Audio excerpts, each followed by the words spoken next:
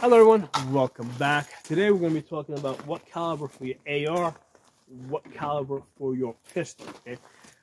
So the reason why I'm doing this video is a comment came up in one of the videos, I forgot which platform it was on, of, the person said 300 blackout or 5.56, okay? So this isn't limited to, this discussion is not just limited to 300 blackout or 5.56. It could be 5.56 versus 308 or 5.56 versus 6.5 Creedmoor. Same deal with the 9mm, right? We can talk about 9mm versus 40, 9mm versus 45 ACP, 9mm versus 10mm. So what I'm going to do in this video, I am not going to approach this from the perspective of the rounds performance, right? We're not going to be talking about the rounds performance.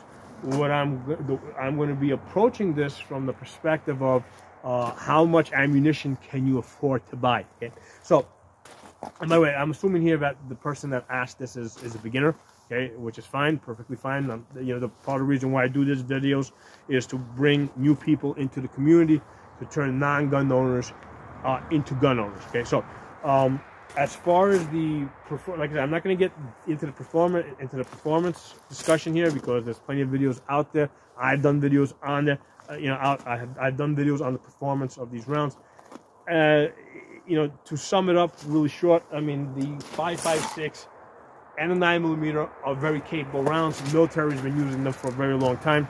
Okay, so let's leave that there. Okay, now can you increase your performance maybe with some other cartridge? Maybe, but here's the thing: if you're new to guns and you're trying to decide which caliber you should buy, right, rather than looking at the statistics of the performance of different calibers versus the two most common, right, the 5.56 and the 9mm, I want you to come at this from the perspective of before you buy the gun, okay, buy the ammunition, okay. And the amount of ammunition I would like you to buy is you're going to buy 4,000 rounds of each, okay? So the way that breaks down is on the AR-15, you're going to buy 4,000 rounds.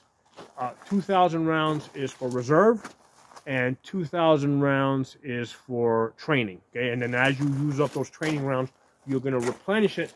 So you always have a minimal of 4,000 rounds, okay? You can go above that, but never build. You never want your reserve, your total supply to be less than 4,000 rounds. Same deal with the pistol. You're going to be at 4,000 rounds. With this, 3,000 rounds is for training, okay, and 1,000 rounds for reserve. The reason why I changed that, right? Even though it's the same number of rounds, the pistol is a lot harder. Okay. Likewise, with the rifle, we expect the rifle is going to be doing. We hope is going to be doing most of the work because it's a better gun. It's easier to shoot. Everybody shoots ARs better. Okay, both even beginners, experienced people, women, children. Everybody shoots AR-15s better. I'll put women on AR-15s first day shooting. 30 yards, they're hitting the target like a lot of times 6-inch targets. They'll hit it a lot of times on the first shot. Okay, I'll put 10-year-old kids on AR-15s. Same deal. They're hitting the targets first shot. They can handle the recoil. The AR-15 is the better gun. It's an easier gun to learn. Okay, the pistol is basically your backup gun. It's a lot harder to master, so you have to practice more with the pistol. So that's why, we want 3,000 rounds committed to training, 1,000 rounds for your reserve, and the reason why you would only need 1,000 rounds for reserve is because again, the rifle is your primary, right? So boom, boom, boom, boom. Oh crap, the rifle stopped working. You go to your pistol. So the pistol is basically your backup gun. So that's why we don't expect to be using up as much ammunition in a shit hit the fan type of situation. We don't expect to be using up as much ammunition with the pistol as we would with the rifle. Okay, so the rifle is your primary, pistol is a backup, and the way it works is if you don't have your rifle with you because it's too big, you can't carry it, wherever you're going, you have your pistol. The purpose of the pistol is to fight your way back to your rifle, okay? So that's how these two work together. So you're committed to buying 2 guns, okay? You need a primary gun, you need the backup gun, okay? And you're committed to buying a total of 8,000 rounds, okay? So the question, and I want you to buy the ammunition before you even buy the gun, because if you can't afford the ammunition, the gun is worthless, okay? Now, you might say, hey, listen, you know, I can't just, you know, buy 8,000 rounds up front, and that's fine. That's perfectly fine. But the point that you just made to yourself is why you need to stick with 5.56 and 9mm, right? Because if you go up to, let's say, a 300 Blackout or a you know, a 6.5 Creedmoor or 308, you know, all of a sudden you're talking about spending 2 to 3 times more for the ammunition, okay? Same deal here with the 9mm. If you go from, let's say, instead of shooting 9mm, you know, if you're going to get a 40 cal, right, you're probably talking about spending, I don't know, maybe an extra 25%, whatever it is, maybe an extra 50% in the ammunition cost of your pistol. Okay, so the point is, in this exercise, right, you're going to buy the ammunition first. You're going to buy a total of 8,000 rounds, 4,000 for the rifle, 4,000 for the pistol. Okay, and if you can't afford to do that, that's fine. Okay, you can build up slowly over time. But the point I'm making is, if you can't buy those 8,000 rounds up front, you definitely should not be looking at buying a more expensive cartridge, okay? Because ultimately the thing that's going to make you better, right? The thing that's going to make you better is more training, more practice, okay? So having more ammunition, right, that's cheaper, that you can practice with more often, is going to get you better than having more powerful ammunition, right? Or you know, let me give you guys an example. I mean, I've been training people now for 12 years.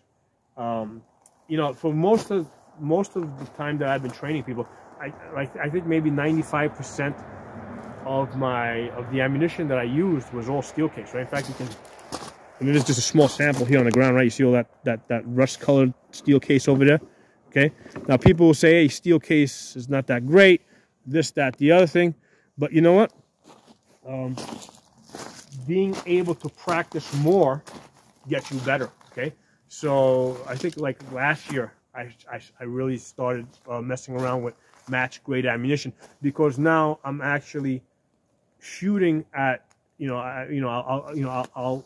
I'll go out and I will shoot 77 grain 5.56 to 600 yards, right, and get really nice groups, okay, with match grade ammunition. So I've kind of worked myself up to a point where I can take advantage of the more expensive ammunition. I think that if you're coming into this brand new and you're coming into it with the mindset of, I want to get, like, you know, I want to get the most expensive stuff, right? Well, if you get the most expensive stuff, but then you can't afford to practice regularly, you're not going to be as good. You're better off getting that cheaper stuff, right? Use that to get better, you know, and then that will get you up to a certain level. And then if you get to the point where, hey, I now want, you know, I got as far as I can with this, I now want to go a little bit further than that, now you can consider trading up to something, you know, that's going to yield more performance. And at that point, you don't need me. You can make your own decisions, right? You know, because at that point, you've developed the experience to be able to decide for yourself, you know, what you want to achieve and what's going to get you there, okay? But if you're just starting out, absolutely 100%, 5.56 and 9mm is the place to start out. You know, you're going to buy more ammunition, train more, you will get better. And, you know, a person that trains on cheaper stuff but trains more often is going to ultimately be better than somebody that has better equipment and better ammunition that doesn't train as much, okay? Other thing I'm going to mention real quick, as far as gun choices, AR-15 and a Glock. Okay. Now this isn't even an OEM Glock. It's a Glock clone, right, that I built. The two significant things, right? The three criteria for gun selection that I've mentioned before. Number one, the gun has to be reliable. That means police and military tested. Now, obviously, if you're new to this, yes, you're not going to start off building Glocks. So just go get yourself a Glock, a factory Glock, right? MOS, make sure it can take an optic, okay? If the gun will not take an optic, it's an antique at this point. Everybody shoots optics better. I put women and kids on these guns all the time. They all shoot the optics better than iron sights. Eventually you'll go back and you'll get good on the iron sights too, but start off with, you know, with performing the best that you can possibly perform, okay? So I recommend AR-15s and Glocks because the patents basically on these two guns have expired. Three criteria. Number one, police and military tested, right? So that's your AR-15s and Glocks. Number two, access to lots of parts, right? So you can buy aftermarket parts, fit them in there. You know, they're all basically spec, they'll fit, right? So you don't have to go back to the manufacturer to buy the parts, right? And number three criteria, knowledge to fix the guns, right? So if the gun breaks, right, you want to be able to find people that can fix the gun, right? Or you yourself learn how to fix the gun. AR-15s and Glocks, these are the two guns that are most commonly built. There's more people out there that know how to build AR-15s and Glocks than any other gun, right? So, three criteria for Glocks, for gun selection: reliability, right? Police and military tested. Access to lots of parts, aftermarket parts. Don't get stuck with just having to go to the manufacturer. And knowledge to fix the guns when they break, again, without having to go back to the manufacturer, right? Or even to a gunsmith, right? You want to know about there's lots of people out there that know how to fix these guns, right? And as far as the calibers, 9mm, 5.56, get good with this, okay? When you get good with this, yeah, down the road you can expand into other calibers. Like, I mean, I got tons of other calibers, right? I got 40s, I got 45s, I got 308s, I got AK rounds, I got, you know, I mean, I got tons of other calibers. But if you're coming into this as a beginner, stick with the common stuff. There's a reason why the military and police use 5.56 and 9mm, right? There's a lot of basically there's a good cost benefit to these two calibers. So hope you guys enjoyed the video. I will talk to you all soon.